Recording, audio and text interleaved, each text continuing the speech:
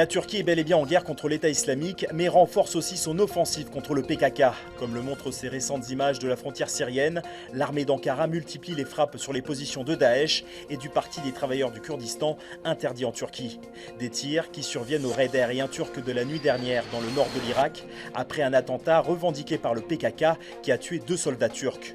Des manifestations se sont également tenues à Istanbul dimanche, opposant les forces de l'ordre et des partisans d'extrême gauche. En Inde, l'attaque d'un poste de police tue 4 personnes et en blesse 6 autres, près de la frontière pakistanaise.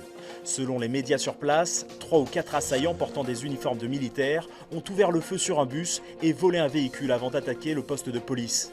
Ces violences sont plutôt rares dans cette région du Pendjab et surviennent habituellement dans le Cachemire voisin, un territoire théâtre de 2 guerres entre l'Inde et le Pakistan depuis la partition des Indes britanniques en 1947.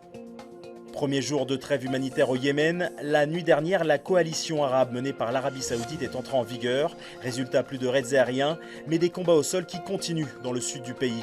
Les rebelles chiites houthis sont repassés à l'attaque quelques heures après que les forces loyalistes aient affirmé avoir conforté leurs emprises sur Aden. Quant à Mocha, une autre ville du sud, elle aurait payé un lourd tribut au bombardement de l'aviation saoudienne, avec au moins 80 morts et 150 blessés.